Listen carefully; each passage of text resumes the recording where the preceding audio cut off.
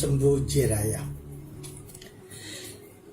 എല്ലാ കുടുംബാംഗങ്ങൾക്കും നിറഞ്ഞ മനസ്സോടെ നിറഞ്ഞ ഹൃദയത്തോടെ ഭാരതമാതാവിൻ്റെ പ്രിയപുത്രന്മാരുടെ വിയോഗത്തിൻ്റെ വേദനയോടെ സായം സന്ധ്യാവന്ദനം സമർപ്പിക്കുന്നു.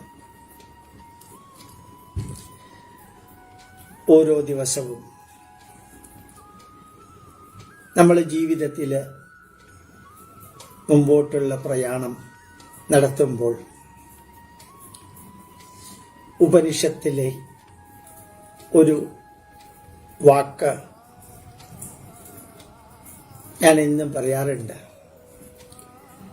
അത് ശരിക്കു പറഞ്ഞാൽ നമ്മുടെ പൂർവികരെങ്ങനെയാണ് അത് ഡിസൈൻ ചെയ്തത്. ആ വാക്കാണ് ഞാൻ ഉപയോഗിക്കുന്നത്. എല്ലാവരോടും മൊബൈൽ ഫോൺ പോക്കറ്റിൽ ഇട്ടുകൊണ്ട് നടക്കുന്നത് മാതിരി ഈ വാക്ക് തലയിൽ വെച്ചുകൊണ്ട് നടക്കാൻ പറഞ്ഞു. അത് തളരാനല്ല കേട്ടോ, നമുക്ക് ദുഃഖിക്കാനും ഒന്നുമല്ല. കരഞ്ഞുകൊണ്ട് ജീവിക്കരുത്, തകരുന്ന വിധത്തിലുള്ള ചിന്തകൾ വെച്ചുകൊണ്ട് ജീവിക്കരുത്, ഹെൽപ്ലെസ് ആയിട്ട് നിസ്സഹായനാണെന്ന ധാരണയിൽ ജീവിക്കരുത്. അങ്ങനെ ഒരു ഉദ്ദേശമാണ് അതിനുള്ളത്.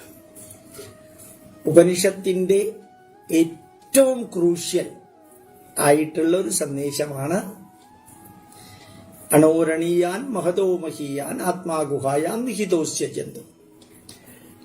ഭഗവത്ഗീതയിൽ നമ്മൾ വിവരിക്കുന്ന ആ മഹാചൈതന്യം ഏറ്റവും ചെറിയ പരമാണുവിലുണ്ട്, അതിമഹത്തായ പ്രപഞ്ചത്തിലുണ്ട്, ജീവാത്മാവിന്റെ രൂപത്തിൽ സർവ്വ ജീവജാലങ്ങളിലുമുണ്ട്. അത് എല്ലാത്തിലും നിലനിൽക്കുന്നു. ജീവാത്മാവിന്റെ രൂപത്തിൽ ജീവജാലങ്ങളിൽ നിലനിൽക്കുന്നത് മാത്രം അത് വരികയും പോവുകയും ചെയ്യും. നമ്മൾ മുഷിഞ്ഞ വസ്ത്രം മാറുന്നത് പോലെ ഡീഗ്രേഡ് ചെയ്ത ശരീരം ആ ശരീരത്തെ കളഞ്ഞ് പുതിയ ശരീരത്തെ സ്വീകരിക്കും. അതൊരു കണ്ടിന്യൂസ് പ്രോസസ്സാണ്. വാസാംസി ജീർണാനി യഥാ വിഹായ നവാനി ഗൃഹാതി നരോപരാണി തഥാ ശരീരാണി വിഹായ ജീർണാനി അന്യാദി സംയാദി നവാനി ദേഹി. ജീർണിച്ച വസ്ത്രങ്ങളെ മനുഷ്യൻ കളഞ്ഞിട്ട് whenever he is taking new dress after removing the old worn out dress, just like that, removing the dress and taking new one, discarding the old dress and taking the new one, Jivatma will be taking a new body, discarding the old body. അത്രയുള്ള മരണം. ആ മരണമാണ് 13 പേരുടേത് അടുത്ത ദിവസം സംഭവിച്ചത്. അതിൽ ഒരാള് ഭാരതത്തിന്റെ ദേശാഭിമാനികളുടെ, ദേശസ്നേഹികളുടെ, രാഷ്ട്രഭക്തന്മാരുടെ പ്രാർത്ഥന ഇപ്പോഴുമുണ്ട്. അദ്ദേഹം ജീവിക്കുമെന്ന് വിശ്വസിക്കുന്നു. അദ്ദേഹം ജീവിക്കുമെങ്കിൽ വളരെ വലിയ തെളിവുകൾ നമുക്ക് ലഭിക്കും. ഏതായാലും അത് മുമ്പിൽ കണ്ടുകൊണ്ടാണ് ഉപനിഷത്തിലെ ഒരു വാക്ക് ജാഗ്രത. എന്ത് രസമായിട്ടുള്ള വാക്കാണത്. ഭയപ്പെടാനുള്ള വാക്കല്ല അത്. പക്ഷെ നമ്മൾ ഭയപ്പെടും കേട്ട് കഴിഞ്ഞാല്. പോലീസുകാര് തമിഴിലൊക്കെ ഇങ്ങനെ പോലീസുകാർ വിരൽ ചൂണ്ടിക്കൊണ്ട് ജാഗ്രത, എന്ത് രസമുള്ള അർത്ഥമാണെന്നറിയാമോ? അത് എത്ര അഗാധമായ അർത്ഥമാണെന്നറിയാമോ? നമ്മുടെ സംസ്കൃത വാക്കുകൾ മലയാളത്തിൽ പ്രയോഗിക്കുമ്പോഴും സംസ്കൃതത്തിൽ തസ്മാത് ജാഗ്രത എന്നാണ് ഉപനിഷത്ത് പഠിപ്പിക്കുമ്പോ ആചാര്യൻ ശിഷ്യന്മാർക്ക് പറഞ്ഞു കൊടുക്കുന്നത്. തസ്മാത് ജാഗ്രത. So remember that you are not permanent in this world. Remember that your birth took place, you are surviving for some time, and a day will come, death will also take place. അതാണ് ജനിച്ച് നിലനിന്ന് ഇല്ലാതെയാകുന്നവനാണെന്ന ബോധമുണ്ടാവുന്നതാണ് ജാഗ്രത. ഈ പ്രപഞ്ചത്തിലെ മഹാപ്രപഞ്ച ചൈതന്യം എങ്ങനെയാ നമ്മളെയൊക്കെ ഇങ്ങനെ ഡിസൈൻ ചെയ്ത് കൊണ്ടുപോകുന്നത്? ഇതെല്ലാം കവിത എഴുതാൻ കപ്പാസിറ്റി ഉള്ളവരാണെങ്കിൽ പന്തളം SP പോലെ, അഖിലാണ്ട മണ്ഡലം എഴുതിയ ആളെ പോലെ, വെറുതെ മോഹിക്കുവാൻ മോഹം എന്നെഴുതിയ ONV പോലെ, താൻ നിരന്തരം ചെയ്യുന്ന കർമ്മങ്ങൾ താൻ അനുഭവിച്ചിടുകെന്നേ വരൂ എന്നൊക്കെ വാൽമീകി മഹർഷി എഴുതിയതുപോലെ, അതുപോലെ തന്നെ നമ്മളുടെ കർമ്മഫലങ്ങളെ കുറിച്ചൊക്കെ ശരിക്ക് നന്മ ചെയ്യുന്നവന് നന്മയും തിന്മ ചെയ്യുന്നവന് തിന്മയുമെല്ലാം ഉണ്ടാകുമെന്നെല്ലാം പറയുന്നത് നമുക്ക് നാമേ പണിവത് നാഗം നരകവും അതുപോലെ എന്ന് മഹാകവി ഉള്ളൂര് പാടിയതുപോലെ, ആ വരികളിലെല്ലാം ഉള്ളത് ഈ തസ്മാത് ജാഗ്രത ജാഗ്രത. നല്ല രസമാണ്. ജീവിതത്തിൽ ഭാരം കുറച്ചു വരിക, ഭാരം കുറഞ്ഞു വരാൻ നമ്മൾ ഈ ജീവിതത്തെക്കുറിച്ചുള്ള ജ്ഞാനം ഉണ്ടാക്കുക. അതാണ് യഥാർത്ഥത്തിൽ ഇന്ന് ഭാഗവതത്തിൽ നാരദ മഹർഷി പ്രാചീന മഹർഷിനോട് പറഞ്ഞത്. ബന്ധനം കുറഞ്ഞാൽ ജ്ഞാനമുണ്ടാവും. ഞാനത് വായിക്കുന്ന സമയത്ത് ചിന്തിച്ചു, ബന്ധനം കുറഞ്ഞാൽ എങ്ങനെയാ ജ്ഞാനം ഉണ്ടാവുക?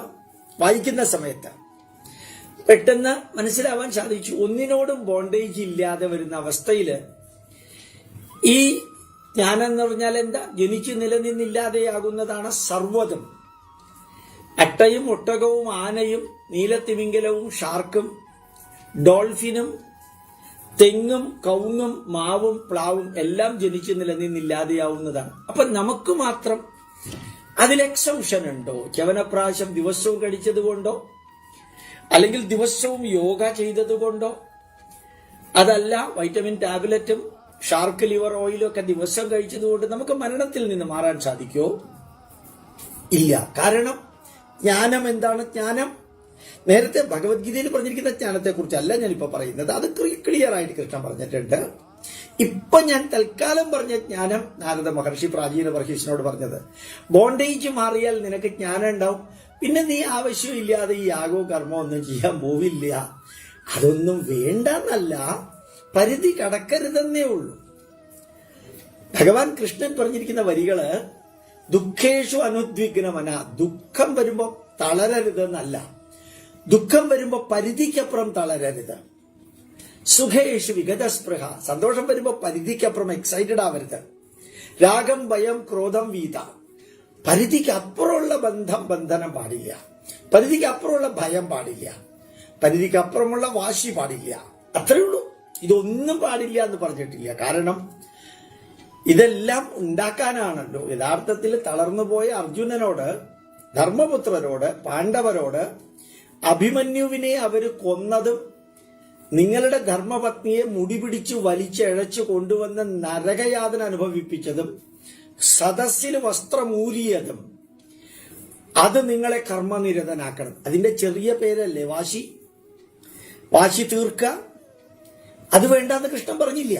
പക്ഷെ അത് തന്നെ വെച്ചോണ്ടിരിക്കരുത്. മാത്രമല്ല കൃഷ്ണൻ പ്രാക്ടിക്കലാണ്. ഞാൻ ഏതോ ഈ കാര്യങ്ങൾ പറയുമ്പോഴത്തേക്കും ജഗ്ഗി വാസുദേവനെ കുറിച്ച് പറഞ്ഞിരുന്നു ഈശാ സ്വാമി. അപ്പൊ ആരൊക്കെയോ എഴുതി അദ്ദേഹം പ്രാക്ടിക്കൽ ഭക്തിയുടെ ആളാണ് എന്ന് എഴുതി, ജഗ്ഗി വാസുദേവൻ. നമുക്കിന്ന് വേണ്ടത് പ്രാക്ടിക്കൽ ഭക്തിയാണ്. എല്ലാം പ്രാക്ടിക്കലാണ് വേണ്ടതെന്നാണ് എന്റെ വ്യക്തിപരമായ അഭിപ്രായം. It may not be true. പ്രാക്ടിക്കലായിട്ട് വേദം വിവരിച്ചു കൊടുക്കാം, പ്രാക്ടിക്കലായിട്ട് ഇതിഹാസങ്ങൾ വിവരിച്ചു കൊടുക്കാം. ഇന്നത്തെ ജീവിതത്തിൽ അഡോപ്റ്റ് ചെയ്യാനും അഡാപ്റ്റ് ചെയ്യാനും പറ്റുന്ന വിധത്തിൽ ഭഗവത്ഗീതയെ പറഞ്ഞു കൊടുക്കാം. അതല്ലെങ്കിൽ ഇത് പഠിച്ചിട്ട് എന്ത് ചെയ്യാനാ? സ്വർഗത്തിലേക്ക് പോവാനാ? ഞാൻ നിങ്ങളോട് എല്ലാവരോടും പറയുന്നു, സ്വർഗത്തിലേക്ക് പോകണമെന്ന് പറയല്ലേ, തിരിച്ചു വരണം. നമുക്ക് മോക്ഷവും വേണ്ട, സ്വർഗവും വേണ്ട, ഒന്നും വേണ്ട. നമുക്ക് ഈ ഭാരതത്തിലേക്ക് തിരിച്ചു വരണം. ധാരാളം ചെയ്യാനുണ്ട് നമുക്ക്. നമ്മൾ ചെയ്യുന്നതിന് റിസൾട്ട് ഉണ്ട്. ഞാനും നിങ്ങളും പ്രവർത്തിക്കുന്നതിന് പവർഫുൾ റിസൾട്ട് ഉണ്ട്. ആ റിസൾട്ടാണ് ഇന്ന് അഡ്വക്കേറ്റ് ജയശങ്കറൊക്കെ പറഞ്ഞിരിക്കുന്നത് ശരീരം വിറ്റ് ജീവിക്കുന്നതിനേക്കാൾ നികൃഷ്ട ജീവികളായിട്ടുള്ള ഈ ഹൈക്കോടതിയിലെ പ്ലീഡറിനെ ചാട്ടവാറ് കൊണ്ട് തല്ലണമെന്ന് പറഞ്ഞത് നമ്മൾ പ്രവർത്തിച്ചതിന്റെയാണ്. അതാണ് എല്ലാവരും പ്രതികരിച്ചില്ലേ? പ്രതികാരത്തിന് മാത്രമല്ല, ഞാൻ ഈ ഭാഗവതം വായിക്കുമ്പോഴത്തേക്ക് ഒരാളൊരു കമന്റ് എഴുതിയിരുന്നു കേട്ടോ. ഞാൻ സത്യമാണെന്ന് വെരിഫൈ ചെയ്തില്ല. നിർമ്മല സീതാരാമൻ പിണറായി വിജയനോട് പറഞ്ഞു, നാണക്കേടാണ്, ഇറ്റ് ഈസ് എന്തൊരു വാക്ക് ഉപയോഗിച്ചിട്ടുണ്ട്, shame, it's A shame for you എന്ന് പറഞ്ഞിട്ട്. മതിയല്ലോ, ആറ്റം ബോംബിന് എത്ര ഇതാ വേണ്ടത്? വിവാഹ സദ്യയുടെ ചോറിന്റെ അത്രയും ആറ്റം ബോംബിന് യുറേനിയം വേണ്ടല്ലോ, കുറച്ച് യുറേനിയം മതിയല്ലോ ബോംബ് ഉണ്ടാക്കാൻ. അതിനെന്താ കാരണം എന്നറിയാമോ? ഈ രാഷ്ട്ര സ്നേഹം നമ്മൾ ഉണ്ടാക്കിയതാ. നമ്മളെന്ന് വെച്ചാൽ ഞാനെന്നുള്ള അർത്ഥമില്ല, നിങ്ങൾ മാത്രമല്ല, നമ്മളെ പോലെ പലരും. ആരോ ഒരാൾ പറയുകയുണ്ടായി, മറുനാടൻ സ്കറിയ, അദ്ദേഹം ക്രിസ്ത്യാനികളുടെ കാര്യം പറയുമ്പോൾ വേറൊരു രൂപമാണ്. ആയിക്കോട്ടെ, നമുക്കെന്താ, അങ്ങനെ ക്രിസ്ത്യാനികളുടെ കാര്യം പറയുമ്പോൾ വേറൊരു രൂപവും ഭാവവും ഒക്കെ ആണെങ്കിൽ നമുക്കെന്താ പ്രശ്നം? നമ്മൾ പറയുന്ന മാതിരി അദ്ദേഹം പറയണം നമുക്കില്ലല്ലോ. സത്യത്തിന്റെയും ധർമ്മത്തിന്റെയും നീതിയുടെയും ന്യായത്തിന്റെയും കൂട്ടത്തിൽ ഇരിക്കണം എന്നല്ലേ നമ്മൾ പറയുന്നുള്ളൂ. ഞാൻ പറയുന്നതിനോട് ഭയങ്കരമായിട്ട് വിയോജിക്കുന്നവരില്ലേ, ഇഷ്ടപ്പെടാത്തവരില്ലേ, എന്നെ പച്ച തെറി പറയുന്നവരില്ലേ, അവരൊക്കെ തെറി പറയാൻ പാടില്ല, ഞാൻ അവർക്ക് ഇഷ്ടപ്രകാരം തന്നെ പറയണമെന്നൊക്കെ ആരും എന്നോട് പറഞ്ഞിട്ടില്ലല്ലോ. പറഞ്ഞിട്ടുണ്ടെങ്കിൽ സാർ രാഷ്ട്രീയം ഒഴിവാക്കണം, ഈ വിമർശനങ്ങൾ ഒഴിവാക്കണം, അതവർക്ക് പറയാനുള്ള സ്വാതന്ത്ര്യം ഇല്ലേ? അതല്ലേ നമ്മൾ ആസ്വദിക്കുന്നത്, ആ സ്വാതന്ത്ര്യമല്ലേ നമ്മൾ ആസ്വദിക്കുന്നത് ജീവിതത്തില്. അതുകൊണ്ട് അദ്ദേഹത്തിന്റെ കാര്യം പറയുമ്പോൾ വർഗീയവാദിയാണ്, വെരി ഗുഡ്, നമുക്ക് അദ്ദേഹത്തിന്റെ കാര്യം പറയുമ്പോൾ മാത്രമല്ലേ ഉള്ളൂ.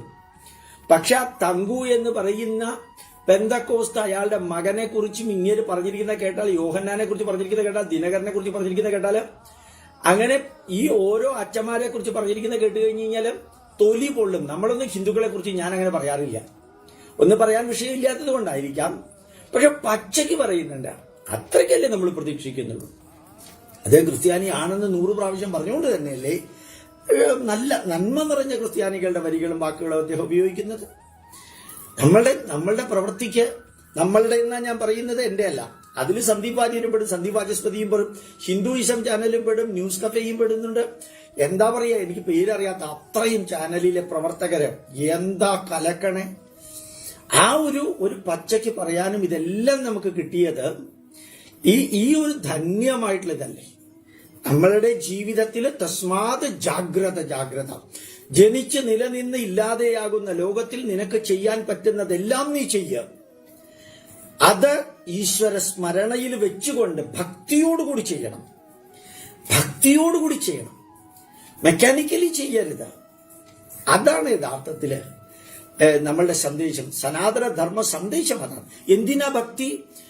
ഓവറാകാതിരിക്കാൻ തടയിടാനാണ് ഭക്തി. ഈശ്വര ചിന്ത നമ്മൾ സാധാരണ പറയാറില്ലേ, നമുക്ക് ബാങ്കിൽ മാനേജറുടെ അടുത്ത് പോകുമ്പോഴത്തേക്കും ഇത് ഹെഡ് ക്വാർട്ടേഴ്സിൽ ചോദിക്കണം, ഇതിനെക്കുറിച്ചിട്ട് എനിക്ക് മുഴുവൻ അറിഞ്ഞുകൂടാന്ന് പറയുന്നത് എന്താ? ഹെഡ് ക്വാർട്ടേഴ്സ് തടയിടുന്നുണ്ട്. മാനേജറുടെ ലിമിറ്റ് ഉണ്ട്, ക്ലർക്കിന്റെ ലിമിറ്റ് ഉണ്ട്, അക്കൗണ്ടന്റിന് ലിമിറ്റ് ഉണ്ട്, ചീഫ് മാനേജർക്ക് ലിമിറ്റ് ഉണ്ട്, അല്ലേ? ലിമിറ്റ് ഇല്ലേ? ആ നമ്മളുടെ പ്രവർത്തിക്കുന്ന നമ്മളുടെ കർമ്മത്തിനൊക്കെ ലിമിറ്റ് വെക്കാനാണ് മുമ്പിൽ ഒരു ഈശ്വര ചൈതന്യം വെച്ചിരിക്കുന്നത്. അത്രേ ഉള്ളൂ. അല്ലാണ്ട് മുമ്പിലുള്ള ഈശ്വരന്റെ MRI എടുത്താലും CT സ്കാനിങ് എടുത്താലും EEG എടുത്താലും ECG എടുത്താലും ഒന്നും കിട്ടില്ല. അങ്ങനെ ഒരു ഈശ്വരനല്ല. മനസാക്ഷിക്കകത്ത് സർവചരാചരങ്ങളെയും നിയന്ത്രിക്കുന്ന ഒരു മഹാചൈതന്യമുണ്ടെന്ന് ലോകം അംഗീകരിച്ചേ മതിയാവൂ. ആൽബർട്ട് ഐൻസ്റ്റീൻ ഉൾപ്പെടെ, ഫ്രിഡ്ജ് ഓഫ് കാപ്ര ഉൾപ്പെടെ, ഡോക്ടർ CV രാമൻ ഉൾപ്പെടെ ലോകത്തിലെ അതിപ്രഗത്ഭരായിട്ടുള്ള എല്ലാവരും അക്കാര്യത്തിൽ ഒരേ വീക്ഷണമുള്ളവരാണ്. ആ ചൈതന്യം എന്താണ് എന്ന ചോദ്യത്തിന് ഉത്തരമാണ് ഭഗവാൻ കൃഷ്ണൻ നമുക്ക് തരുന്നത്. ആ ലൈനിലേക്ക് നമുക്ക് ഒന്ന് കടക്കാം.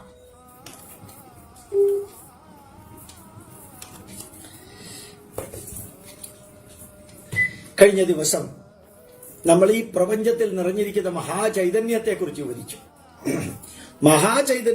വിവരിക്കും. ബഹിരന്തശ്ച, ഞാനൊന്ന് വെറുതെ വായിച്ചിട്ട് അടുത്തേക്ക് പോവാണ്. പുറത്തുണ്ട്, കടലില് വെള്ളം നിറഞ്ഞിരിക്കുന്ന മാതിരി, വായു അന്തരീക്ഷത്തിൽ നിറഞ്ഞിരിക്കുന്ന മാതിരി ആ ചൈതന്യം പുറത്തുണ്ട്. അന്തശ്ച, എല്ലാത്തിന്റെയും അകത്തുണ്ട്. ഭൂതാനാം അചരം ചരമേവച, ചലിക്കുന്നതും ചലിക്കാത്തതുമായ സർവചരാചരങ്ങളിലും അതുണ്ട്. സൂക്ഷ്മത്വാദ് അവിജ്ഞേയം, അതാണ് സയൻസ്. അതാണ് നിങ്ങൾ ഓർമ്മിക്കേണ്ടത്. അതാണ് നമ്മൾ ഓർമ്മിക്കേണ്ടത്. അതായത് സൂക്ഷ്മത്വാദ് അവിജ്ഞേയം. ആ ചൈതന്യം അതിസൂക്ഷ്മമാണ്. അണോരണീയാൻ മഹതോ മഹീയാൻ.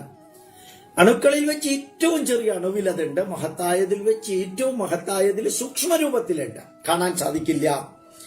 അതുകൊണ്ട് സൂക്ഷ്മത്വാദ് അവിജ്ഞേയം. അതിനകത്ത് ഹിന്ദുവിന്റെ ബ്രഹ്മചൈതന്യത്തെക്കുറിച്ചും പരമാത്മ ചൈതന്യത്തെക്കുറിച്ചും ജീവാത്മ ചൈതന്യത്തെക്കുറിച്ചുമുള്ള എക്സ്പ്ലനേഷൻ ഒരൊറ്റ വാക്കിലുണ്ട്, സൂക്ഷ്മത്വാദ്. അതത്ര മൈന്യൂട്ടാണ്. തേജോമയ കോശം, നമ്മൾ പറയില്ലേ മനോമയ കോശം, വിജ്ഞാനമയ കോശം, ആനന്ദമയ കോശം, അന്നമയ കോശം. ഇത് തേജോമയ കോശം. ആ അന്നമയ കോശമാണ് ഈ ശരീരം നമുക്ക് കാണുന്നത്. മനോമയ കോശമാണ് നമ്മുടെ സൈക്കോളജി, മൈൻഡ്. ആനന്ദമയ കോശമാണ് നമ്മളെ സ്റ്റെബിലൈസ്ഡ് ആയിട്ട് നിലനിർത്തുന്നത്, ബാലൻസിങ് നിലനിർത്തുന്നത്. വിജ്ഞാനമയ കോശമാണ് അവയർനെസ് ആൻഡ് കോൺഷ്യസ്നെസ് ആയിട്ട് നമ്മുടെ ശരീരത്തിലുള്ളത്. എല്ലാം പ്രവർത്തിക്കുന്നത് ആ വിജ്ഞാനമയ കോശത്തിന്റെ അടിസ്ഥാനത്തിലാണ്. അതേപോലെയാണ് തേജോമയ കോശം. ഒരു തേജസ് ഇതിനകത്തുണ്ട്. ആ തേജോമയ കോശം കാണാൻ സാധിക്കില്ല, മനോമയ കോശം കാണാൻ സാധിക്കില്ല, വിജ്ഞാനമയ കോശം കാണാൻ സാധിക്കില്ല, ആനന്ദമയ കോശം കാണാൻ സാധിക്കില്ല. അന്നമയ കോശം മാത്രമേ കാണാൻ സാധിക്കുള്ളൂ. അതില് ആ സൂക്ഷ്മത്വാദ് എന്തുകൊണ്ട് കാണാൻ സാധിക്കുന്നില്ല?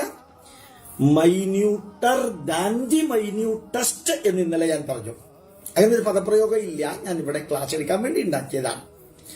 അതിനകത്ത് ദൂരസ്ഥം ച അന്തികേച്ച, അത് എല്ലായിടത്തും അങ്ങ് അകലത്തിലുണ്ട്, അടുത്തുമുണ്ട്.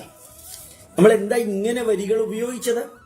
കറക്റ്റായിട്ടുള്ള ഡെഫിനിഷൻ അതിന് കൊടുക്കാൻ സാധിക്കില്ല. ന വിദ്മോ ന വിജാനീമോ, അറിയുന്നവരും ഇല്ല, അറിയിക്കാൻ കഴിയുന്നവരും ഇല്ല. അതുകൊണ്ട് ഡെഫിനിഷൻ കൊടുക്കാൻ പറ്റില്ല. Some of these parameters are beyond the level of explanation.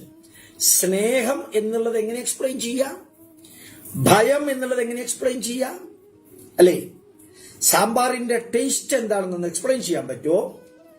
ഓറഞ്ചിന്റെ taste explain ചെയ്യാൻ പറ്റുമോ? നമുക്ക് എക്സ്പ്ലെയിൻ ചെയ്യാൻ പറ്റാത്തതാണ് ഈ ലോകത്തിലെ 99.9%. എക്സ്പ്ലെയിൻ ചെയ്യുന്നത് തന്നെ എന്തിനോടെങ്കിലൊക്കെ കമ്പയർ ചെയ്തിട്ട് വേണം എക്സ്പ്ലെയിൻ ചെയ്യാൻ. ഒട്ടകം എന്ന് പറഞ്ഞാൽ എന്താണ്? ഒന്ന് വിവരിക്കോ? ചിത്രമില്ലാതെ വിവരിക്കാൻ സാധിക്കില്ല. ആറ്റത്തിന് വിവരിക്കാൻ സാധ്യമല്ല. ഒരു കുട്ടി ചോദിക്കുകയാണ്, ഞാൻ അമേരിക്കയിൽ നിന്ന് വരികയാണ്, ഞാൻ അവിടെ നമ്മളെ കുറെ കുട്ടികൾ നമ്മളുടെ മഴുവഞ്ചേരിയിലെ സെന്ററിൽ വന്നു. മഴുവഞ്ചേരി സെന്ററിൽ വന്നു. നമ്മൾ വയൽ കൃഷി ചെയ്യുന്നുണ്ട്. ഇപ്പോ കുറെ പേര് ചേർന്ന് ഒരു 1.5 ഏക്കർ കൃഷി, 2 ഏക്കർ കൃഷി ചെയ്യുന്നുണ്ട്. ഈ കുട്ടികൾ കൃഷിയുടെ അടുത്ത് പോയിട്ട് അവർ ചോദിച്ച ചോദ്യം, ഇതാണോ നെല്ലുണ്ടാവുന്ന മരം? അവരെല്ലാവരും ചോദിച്ച വാക്കാണ്, ഇതാണോ നെല്ലുണ്ടാകുന്ന മരം? അല്ലാണ്ട് ഇതാണോ നെൽച്ചെടി എന്ന് ചോദിച്ചില്ല. പെട്ടെന്ന് എല്ലാവരും ചിരിച്ചു. അവർക്കറിയാവുന്ന രീതി അതാണ്. അത് കണ്ടപ്പോഴാണ് അവർക്ക് നെല്ലുണ്ടാവുന്ന മരം മനസ്സിലായത്. അതിലെങ്ങനെ നെല്ലുണ്ടാവണമെന്നാ ചോദിക്കുന്നത്. അറിഞ്ഞൂടാ. കാണിച്ചു കൊടുത്തപ്പോഴത്തേക്കും നെല്ലുണ്ടായി കാണിച്ചു കൊടുത്താലേ നെല്ലാണെന്ന് മനസ്സിലാവുള്ളൂ, അല്ലേ?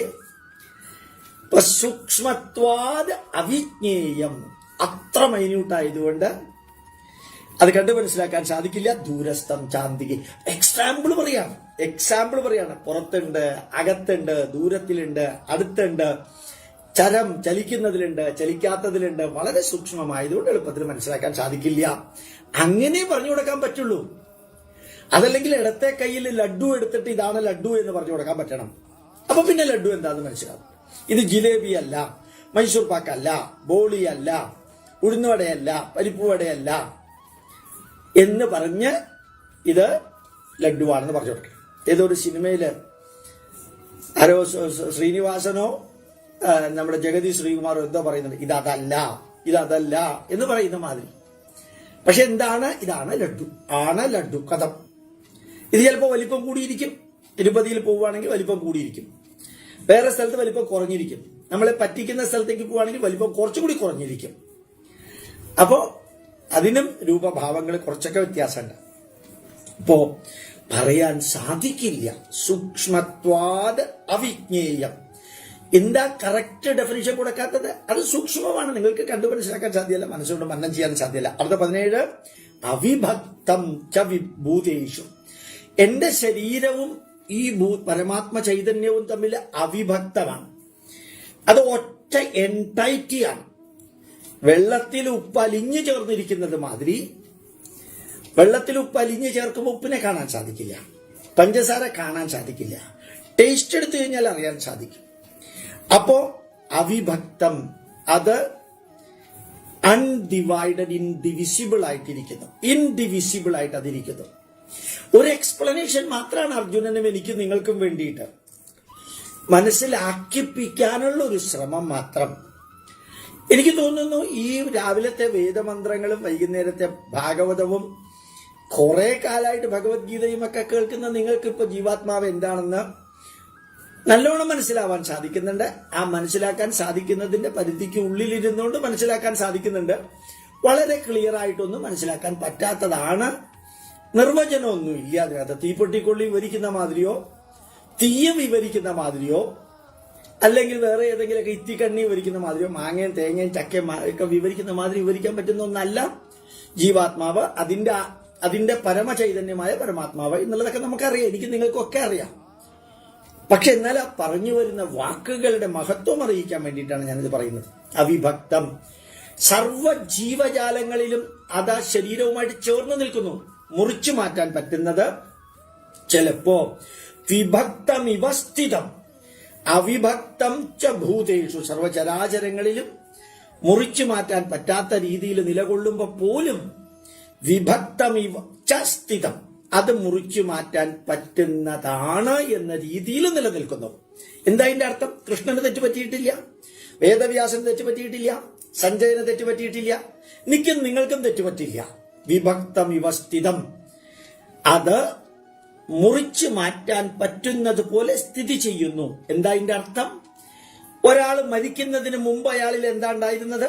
മരിക്കുന്നതിന് തൊട്ടു മുമ്പ് ശരീരം അനങ്ങുന്നു, ശ്വാസോച്ഛ്വാസമുണ്ട്, ബോഡി ടെമ്പറേച്ചർ 37.3 ഡിഗ്രി.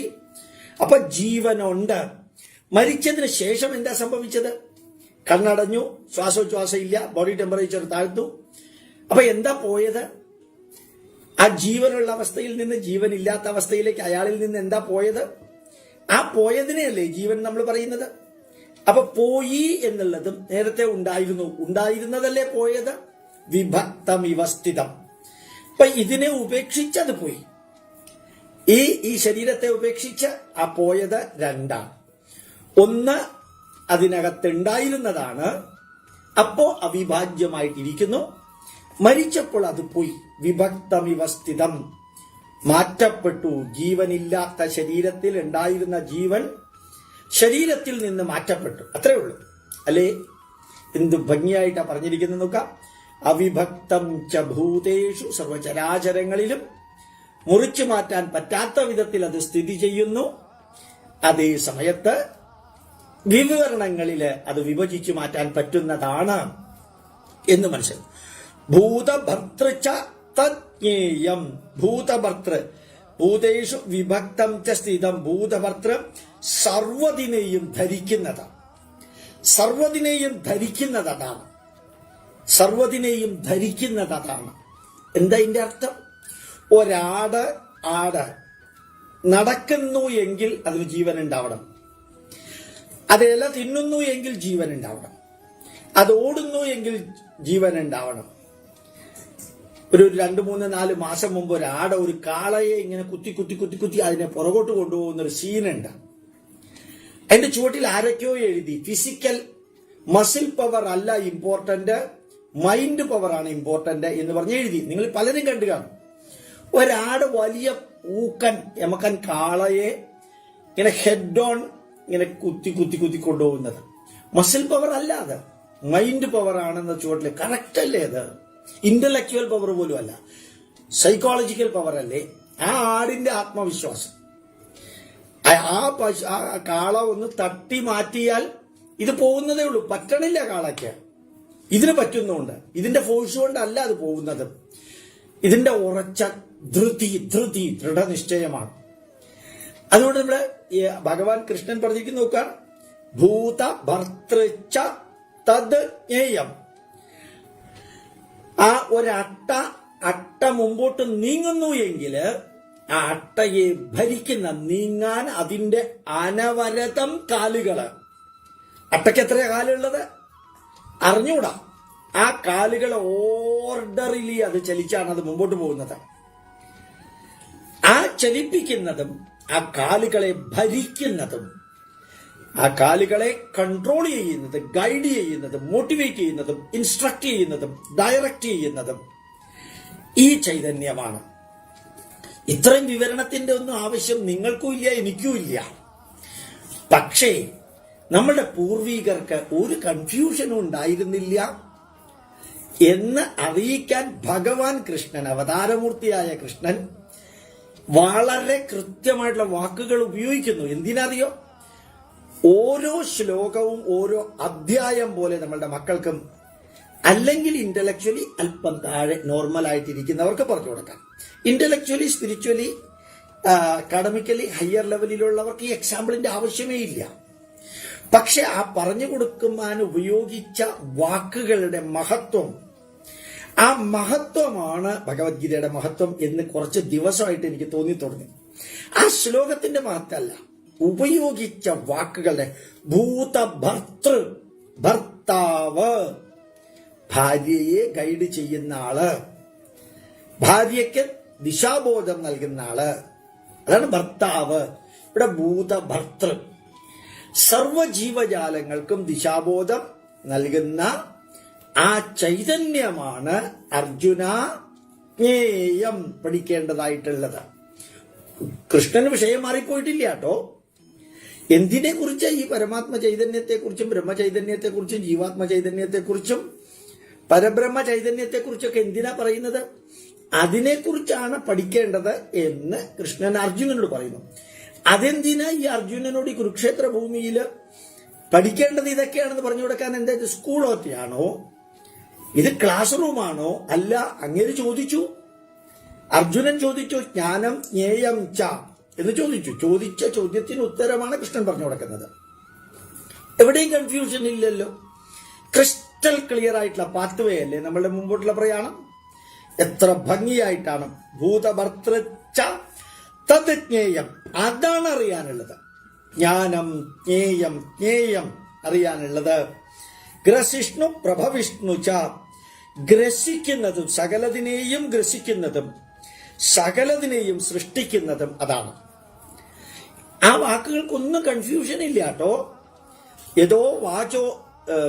യഥോ വാ ഇമാനി ഭൂതാനി ജായന്തി, ഏതൊരു ചൈതന്യം, ഇത് ഞാൻ ഒരു 10-25 പ്രാവശ്യമെങ്കിലും പറഞ്ഞു കഴിഞ്ഞതാണ്. പിന്നെ വീണ്ടും പറയുന്നത് എന്താണ്? ഈ പ്രഭവിഷ്ണു ച എന്ന് പറയുന്നതിന് വേണ്ടിയിട്ട് പറഞ്ഞതാണ്. പ്രഭവിഷ്ണു, എല്ലാത്തിന്റെയും ഉത്ഭവത്തിന് കാരണം അതാണ്. യഥോ വാ ഇമാനി ഭൂതാനി ജായന്തി, ഇമാനി ഭൂതാനി, ഈ ജീവജാലങ്ങളെല്ലാം യഥോ വാ ജായന്തി, ഏതൊന്നിൽ നിന്നാണോ ഉണ്ടായത്, പ്രഭവിഷ്ണു, ഏതൊന്നിൽ നിന്നാണോ ഉണ്ടായത് ആ ചൈതന്യമാണ് ജ്ഞേയം പഠിക്കേണ്ടത്. ഈ ഞാൻ ഇന്നലെ പറഞ്ഞു, സൂചിപ്പിച്ചു, ആറ്റങ്ങൾ ചേർന്ന, മോളിക്യൂളുകൾ ചേർന്ന, അഗ്രിഗേറ്റ് മോളിക്യൂളുകൾ ചേർന്ന, പെപ്റ്റൈഡുകൾ ചേർന്ന, പ്രോട്ടീനുകളായിട്ട് ചേർന്ന, ആ പ്രോട്ടീനുകളുടെ അഗ്രിഗേറ്റ് ആയിട്ട് ചേർന്ന, അതിൽ നിന്ന് മേജർ അഗ്രിഗേറ്റ് ഉണ്ടായപ്പോൾ അതിനകത്ത് എമർജന്റ് പ്രോപ്പർട്ടി എന്ന ജീവാത്മാവ് വന്നു. എന്റെ മോളുടെ മോള് ചോദിച്ചു, മോളിക്യൂൾ എന്ന് അമ്മ പറയുന്നുണ്ട്, അത് കണ്ണുകൊണ്ട് കാണാൻ പറ്റുമോ ചോദിച്ചു. പണ്ട് നമ്മൾ കണ്ണുകൊണ്ട് കാണാൻ പറ്റും മോളെ. എന്റെ കാറിന്റെ 4 ടയർ 4 മോളിക്യൂളാണ്. കാറിന്റെ ടയർ ഒരു മോളിക്യൂളാണ്, സിംഗിൾ മോളിക്യൂളാണ് ഒരു കാറിന്റെ ടയർ. ലോറിയുടെ ടയറും സിംഗിൾ മോളിക്യൂളാണ്. ബസ്സിന്റെ ടയറും സിംഗിൾ മോളിക്യൂളാണ്. വിശ്വസിക്കാൻ പോലും പലർക്കും ബുദ്ധിമുട്ടാണ്. പിന്നെ ഇപ്പൊ വിശ്വസിച്ചാലും വിശ്വസിച്ചില്ലെങ്കിലും കാറിന്റെ ടയറിനും കുഴപ്പമില്ല, ബസ്സിന്റെ ടയറിനും ഒരു കുഴപ്പമില്ല, പഞ്ചറാവാണ്ടിരുന്നാ മതി. അത് സിംഗിൾ മോളിക്യൂളാണ്. ഓ, അത്ര വലുതല്ലേ മോളിക്യൂള്? അല്ല, അത് ഒരു വലിയ മോളിക്യൂൾ എന്നേ ഉള്ളൂ. മോളിക്യൂൾ അത്ര വലുതല്ല. അല്ലെ, ശരിക്കും ആ സയൻസിലൂടെ വിവരിച്ചു പോകുമ്പോൾ നമുക്ക് എന്തൊരു രസമല്ലേ കിട്ടുക? ഒരു രസമാണ്. ശരിക്കും പിക്കിള് കൂട്ടിയിട്ട് ഊണയിക്കണ മാതിരി, സാമ്പാർ ഇല്ലാത്തപ്പോ പിക്കിള് മാത്രം കൂട്ടി വെളിച്ചെണ്ണയും കൂടി ചേർത്ത് ഊണയിക്കുന്ന മാതിരി. ഭൂതഭർത്തൃച്ച തജ്ഞേയം ഗ്രസിഷ്ണു പ്രഭവിഷ്ണു ച യഥോ വാ ഇമാനി ഭൂതാനി ജായന്തി, ഏതൊരു ചൈതന്യത്താലാണോ ഇതെല്ലാം ജനിച്ച് 2.5 2.25 കിലോ ഭാരമാണ് ഞാനും നിങ്ങളും ഭൂമിയിലേക്ക് വന്നപ്പോ, അല്ലെങ്കിൽ 3 കിലോ ഭാരം. അതാണ് ഈ 68 കിലോ അല്ലെങ്കിൽ 70 കിലോ ആയി മാറിയത്. ഏനവാ ജാതാനി ജീവന്തി. 3 കിലോവിൽ നിന്ന് 65, 70, 75 കിലോ ആയി മാറി. അതെങ്ങനെയാ? ഈ ചൈതന്യം യത് പ്രയന്തി അഭിസംവിശന്തി. കുറെ കഴിഞ്ഞപ്പോ പല്ല് പോയി, ചെവിയുടെ കേൾവി പോയി, കണ്ണിന്റെ കാഴ്ച പോയി, മൂക്കിന്റെ വാസനിക്കാനുള്ള കഴിവ് പോയി, പലതും പോയി പോയി പോയി പോയി പോയി അവസാനം സത്തും പോയി. സത്തും പോയി. അത് ഏത് ചൈതന്യം കൊണ്ടാണ്? അതിനെയും കുറിച്ചത്. ജനിക്കാൻ കാരണഭൂതമായ ആ ചൈതന്യത്തെ കുറിച്ച് അർജുന നീ അറിയണം. നിലനിൽക്കാൻ കാരണമായ ആ ചൈതന്യത്തെ കുറിച്ച് അർജുന നീ അറിയണം. അന്ത്യത്തിൽ ഇഹലോകവാസം വെടിയാൻ കാരണമായ ആ ചൈതന്യത്തെ കുറിച്ചും നീ അറിയണം. ഗ്രസിഷ്ണു, എല്ലാത്തിനെയും ഗ്രസിക്കുന്നത്. അതില്ലാതെ ഈ ലോകത്തിൽ ഒന്നുമില്ല. ഇതൊന്നും ആത്മീയതയേ അല്ല, പ്യൂർ ബയോകെമിസ്ട്രി. പക്ഷെ അതിനകത്ത് ആത്മീയത ചേരുമ്പോ കേൾക്കാനും പറയാനും ഒരു ചൈതന്യമുണ്ട്. കേൾക്കാനും പറയാനും ഒരു ചൈതന്യമുണ്ട്. സുഖമുണ്ട് എന്നുള്ളതല്ല, ഒരു രസമുണ്ട്, ചൈതന്യമുണ്ട്. യഥാർത്ഥത്തിൽ എല്ലാത്തിനെയും ഗ്രസിച്ചിരിക്കുന്നത് അതാണ്. ഒരു പല്ലി ഇങ്ങനെ തലകീഴായിട്ട് നിന്നത് എത്ര സ്പീഡിലാ റൂഫിലൂടെ പോകുന്നതെന്ന് നോക്കാം. കുട്ടിച്ചാത്തൻ എന്ന സിനിമയിൽ കുട്ടികൾ കളിക്കുന്ന മാതിരി അല്ലേ? ഇത്ര ആ പല്ലി പോകുന്ന നോക്കാം. ചിലപ്പോ ഇങ്ങനെ ഒറ്റ പോക്ക് പോകുമ്പോഴാണ് താഴെ വീഴുന്നത്. താഴെ വീഴാതെ പോകാൻ അതിനെ ഗ്രസിച്ചിരിക്കുന്ന ഒരു ശക്തിയുണ്ട്. ഗ്രാവിറ്റിക്കെതിരെയാണ് അത് പിടിച്ചു നിൽക്കുന്നത്. ഭൂമിയുടെ ഗ്രാവിറ്റിക്കെതിരെ അത് അവിടെ പിടിച്ചു നിൽക്കുന്നു. അല്ലേ? എന്തൊരു രസല്ലേ? അപ്പൊ ഗ്രസിഷ്ണു എല്ലാത്തിനെയും ഗ്രസിച്ചിരിക്കുന്നു.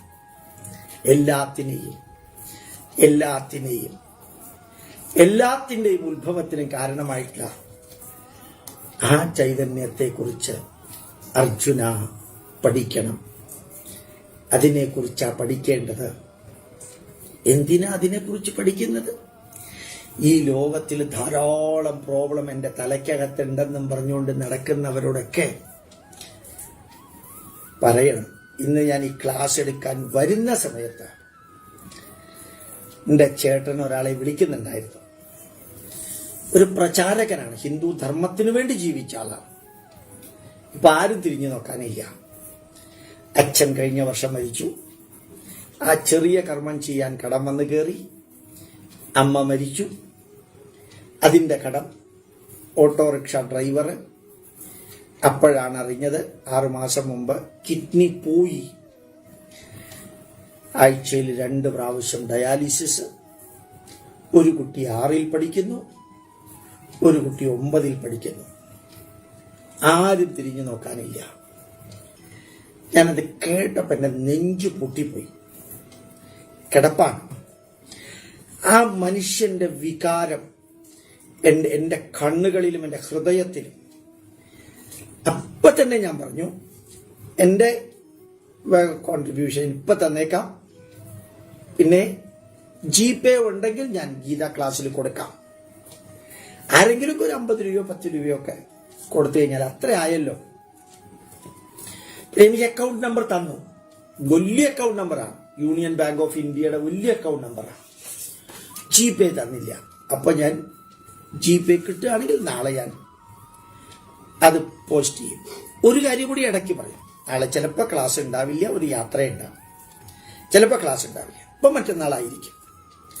ഗീതാ ക്ലാസ് മുടക്കരുത് എന്നൊരു ഉത്കടമായിട്ടുള്ള ആഗ്രഹമുണ്ട്. കാരണം അതിൽ ഞാൻ ആടിക്കൊണ്ട് ജീവിക്കുകയാണ്. ഗീതാ ക്ലാസ്സിൽ ഞാൻ ജീവിക്കുകയാണ്. അപ്പോൾ ഞാൻ അയാൾക്ക് ഇനി എത്ര ദിവസം ഉണ്ടെന്ന് അറിഞ്ഞൂടാ. ആ 2 കുട്ടികളുടെ കാര്യം എല്ലാം കൂടി മുമ്പിലുണ്ട്.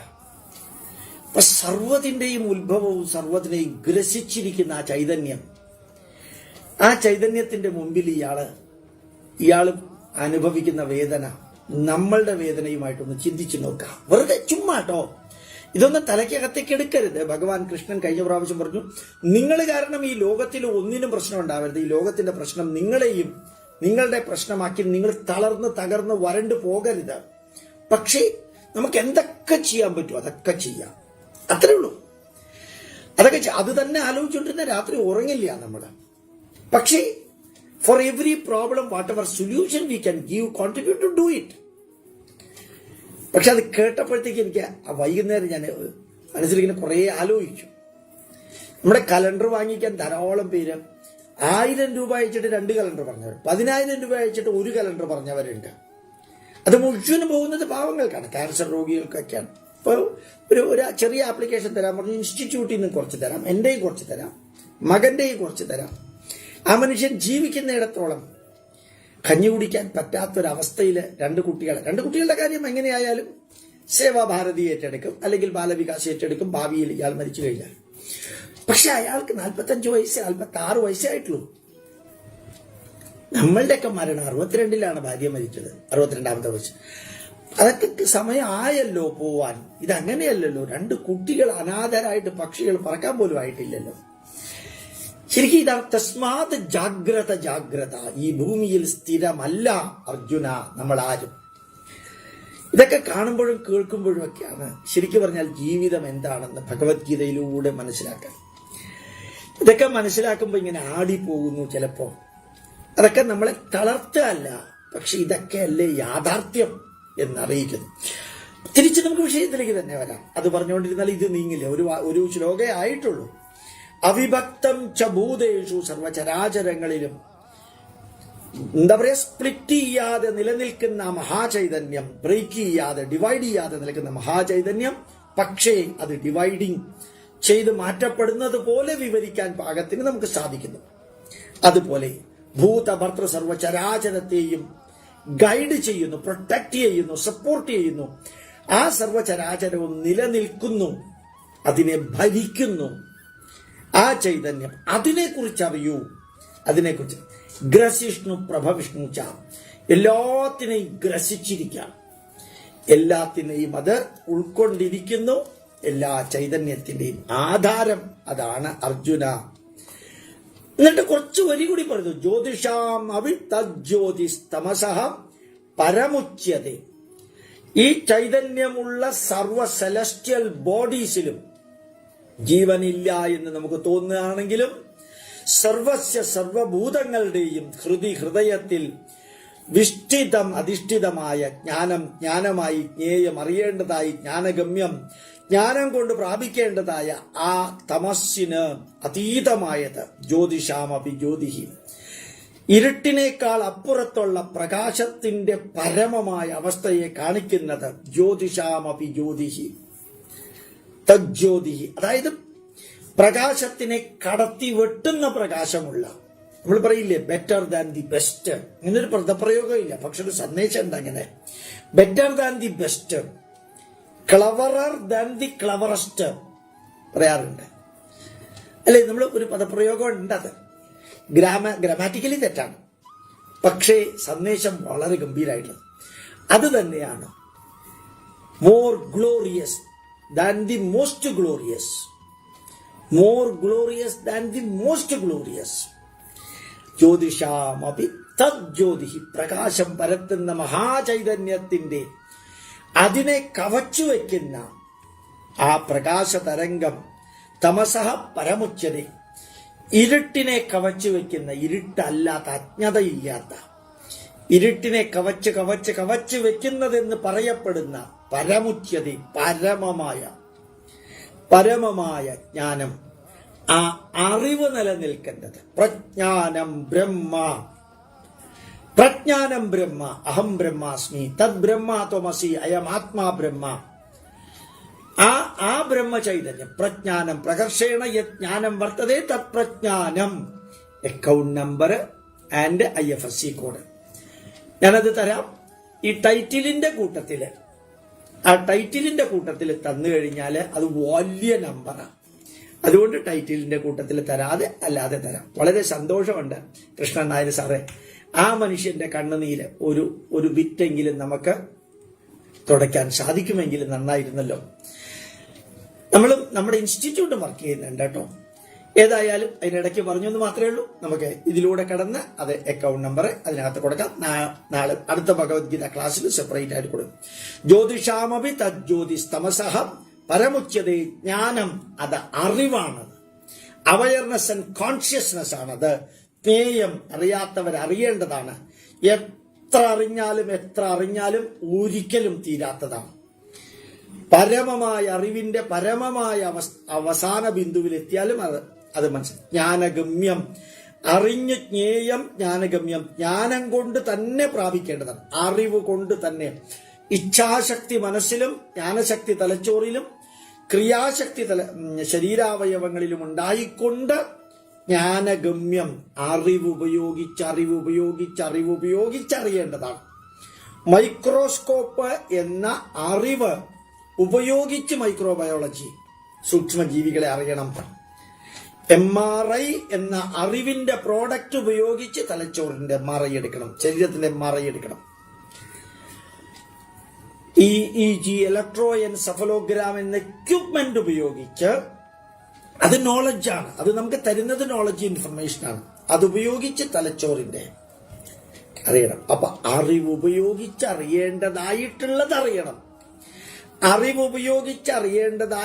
അറിയണം. എന്താ പദപ്രയോഗമല്ലേ, ശ്ലോകപ്രയോഗമല്ല, പദപ്രയോഗം. ജ്യോതിഷാമപി തജ്ജ്യോതിഹി. അതുപോലെ തമസഃ പരമുച്യതേ, ജ്ഞാനം ജ്ഞേയം ജ്ഞാനഗമ്യം ഹൃദി സർവസ്യ വിഷ്ടിതം. അത് ഹൃദയത്തിലിരിക്കുന്നു, എല്ലാത്തിന്റെയും ഹൃദയത്തില്. നെറ്റിയിൽ തൊട്ട് വിശ്വാമിത്ര ഋഷി ദേവി ഗായത്രി ചന്ത മിത്രോ ദേവത, നെഞ്ചത്ത് തൊടുന്നത്, ഹൃദയത്തിൽ തൊടുന്നത് ആ ദേവചൈതന്യം ഇവിടെ ഇരിക്കുന്നത് കൊണ്ടാണ്. അമ്പലത്തിൽ പോകുമ്പോ സൈക്കിളിൽ നിന്ന് ഇറങ്ങാതെ കാലുകുത്തിയിട്ട് അമ്പലത്തിന്റെ മുമ്പിൽ നെറ്റിയിലും മൂക്കിന്റെ അറ്റത്തും ഹൃദയത്തിലും തൊടാറില്ലേ? അതാണ് ഇത്. ഏതാണ്? ജ്ഞാനഗമ്യം. ഹൃദയത്തില് സർവസ്യ വിഷ്ഠിതം നിലനിൽക്കുന്നു കൃഷ്ണ. പദപ്രയോഗം പ്യുവർ ബയോകെമിസ്ട്രി മാതിരി അല്ലേ? ആള് മരിച്ചോ എന്ന് നോക്കണമെങ്കിൽ ഡോക്ടറുടെ അടുത്ത് കൊണ്ടുപോയാൽ ഡോക്ടർ കൈ മൂക്കിൽ വെച്ചാലും മരിച്ചു എന്ന് ഉറപ്പിച്ച് പറയാൻ പറ്റില്ല. തലച്ചോറെടുത്ത് നോക്കിയാലും പറ്റില്ല. സ്റ്റെതസ്കോപ്പ് ഉപയോഗിച്ച് ഹാർട്ടിലൊന്ന് നോക്കും. പോയിട്ടോ ഇനി ദഹിപ്പിക്കാം. ഹാർട്ടില് ആ ജീവചൈതന്യം ഹാർട്ടിൽ നിന്ന് വിട്ടുപോയാൽ കഴിഞ്ഞു. അതാണ് അറിയേണ്ടതായിട്ടുള്ളത്. ആ ഹാർട്ടിന്റെ ലാസ്റ്റ് ബീറ്റ് വരെ ഹാർട്ടിനകത്ത് ഉണ്ടായിരുന്ന ചൈതന്യം ഏത് എന്ന ചോദ്യത്തിന് കൃഷ്ണൻ ഉത്തരം പറയുന്നു. ഹൃദി സർവസ്യ വിഷ്ഠിതം, എല്ലാത്തിന്റെയും ഹൃദയത്തിൽ അത് നിലനിൽക്കുന്നു ഭഗവാനെ. എന്താലേ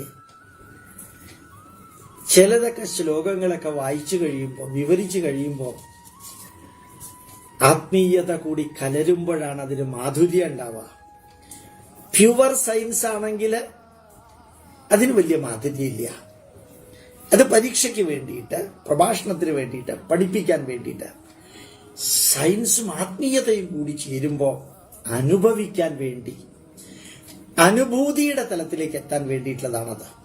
അതാണ് എക്സ്പീരിയൻസ്, എൻജോയ്മെന്റ്.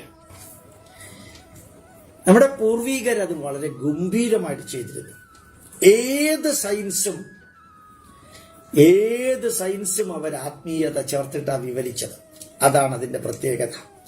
സൂര്യൻ അഗ്നൈർവാ സൂര്യോ അജായത. സൂര്യൻ അഗ്നിയാണെന്ന് അറിയാവുന്നവർ തന്നെ ആ കൃഷ്ണേന ജസാ വർത്തമാനോ നിമേശയന്നമൃതം മർത്യം ജഹിരണ്യേന സവിതാരദേന ദേവോ യാതി ഭുവനാനി പശ്യൻ ആദിത്യായ നമഃ. ആ സൂര്യനെ സൂര്യ നമസ്കരിച്ചു. അറിയാം നമുക്കത് അഗ്നിയാണെന്ന്. സൂര്യന്റെ ഡയമീറ്റർ നമുക്കറിയാം, ഭൂമിയുടെ ഡയമീറ്റർ അറിയാം. നീലാഭൂവ്യാസഹ. വളരെ ഭംഗിയായിട്ട് ഭൂമിയുടെ ഡയമീറ്റർ അറിയാം, റൊട്ടേഷൻ സ്പീഡ് അറിയാം, വളരെ വായു ശരി ഭംഗിയായിട്ട് അറിയാം. നീലാഭൂവ്യാസ 1050 യോജനയാണ് ഭൂമിയുടെ വ്യാസം. പ്രാണയനൈതി കലാംബൂഹു ഭ്രമയതി. ഒരു ശ്വാസോച്ഛ്വാസം വിടുന്ന സമയം കൊണ്ട് ഭൂമി ഒരു ആംഗുലർ മിനിറ്റ് കറങ്ങുന്നു. അപക്രമോ ഗ്രഹാംശ 24 ഡിഗ്രിയാണ് ഭൂമിയുടെ ചെരിവ്. എല്ലാം നമുക്കറിയാം. ഉദയോയോ ലങ്കായാം സോ അസ്തമയോ സവിതുരേവ സിദ്ധപുരേ മധ്യാഹ്നോ വായവകോട്യാം റോമക വിഷയെ അർദ്ധരാത്രം സ്യാത്. ലങ്കയില് സൂര്യൻ ഉദയസൂര്യൻ ആകുമ്പോഴത്തേക്കും ഗോട്ടി മലയിൽ അതേ സൂര്യൻ അസ്തമയ സൂര്യനാണ്. കൊറിയയിൽ ആ സമയത്ത് മധ്യാഹ്നമാണ്, റോമിൽ ആ സമയത്ത് അർദ്ധരാത്രിയാണ്. ഉദയോയോ ലങ്കായാം സഹോ അസ്തമയോ സവിതിരേവ സിദ്ധപുരം കോട്ടിമല മധ്യാഹ്നോ വായവ കോട്ടിയാം. കൊറിയയിൽ അപ്പൊ മധ്യാഹ്നവും, റോമകവിഷയെ അർദ്ധരാത്രം സ്യാത്, റോമിലപ്പൊ അർദ്ധരാത്രിയുമാണ്. ഇതൊക്കെ അറിയാം സൂര്യനെ കുറിച്ച് നമ്മുടെ പൂർവീകർക്ക്. പക്ഷേ സൂര്യനിലുള്ള ഈശ്വര ചൈതന്യത്തെ നമ്മൾ കണ്ടു. ഗംഗ, ആ ഗംഗ തന്നെ ഉപയോഗിച്ചിട്ട് ബാത്റൂമിൽ വെള്ളമൊക്കെ, അവിടെ ഋഷികേശിലും ഹരിദ്വാറിലും എല്ലാം കുളിക്കാനും ഉപയോഗിക്കുന്നു, ബാത്റൂമിലും ഉപയോഗിക്കുന്നു, എല്ലാം ഗംഗ. ആ ഗംഗ തന്നെയാണ് വയലിൽ കൃഷി ചെയ്യാൻ ഉപയോഗിക്കുന്നത്, ആ ഗംഗ തന്നെയാണ് ഫാക്ടറിയിലും ഉപയോഗിക്കുന്നത്. പക്ഷേ അത് പവിത്രമാണ്. അതാണ്, അതിനെ സയൻസും നമ്മൾ ചേർത്തു, ആത്മീയതയും ചേർത്തു. ഈശ്വര, സന്തോഷമുണ്ട്. ധന്യമായിട്ട് ധന്യമായ നന്മ വരട്ടെ എന്ന് പ്രാർത്ഥിക്കുന്നു. എല്ലാവർക്കും നിങ്ങളുടെ കൃഷ്ണാർപ്പണ വസ്തുവും എല്ലാം ചേർത്ത് ഭഗവാൻ വേദവ്യാസന്റെ പാദങ്ങളിലും ശ്രീകൃഷ്ണന്റെ പാദങ്ങളിലും അതുപോലെ തന്നെ ഭാരതമാതാവിന്റെ പാദങ്ങളിലും ഇന്ന് കത്തിജ്വലിച്ചമർന്നു തീരുന്ന നമ്മുടെ സമുജ്വലനായിട്ടുള്ള സൈന്യാധിപന്റെ ബിപിൻ റാവത്തിന്റെ പാദങ്ങളിലും അദ്ദേഹത്തിന്റെ കുടുംബത്തിന്റെ പാദങ്ങളിലും നമ്മളുടെ എല്ലാവരുടെയും പ്രാർത്ഥനകൾ സമർപ്പിച്ചുകൊണ്ട് ദീർഘായുരാരോഗ്യ ഐശ്വര്യാണാം അഭിവൃദ്ധിരസ്തു തരോത്തരാഭിവൃദ്ധിരസ്തു ഇതി അഹം പ്രാർത്ഥയാമി. പ്രണാമം, പ്രണാമം, പ്രണാമം. നമസ്കാരം.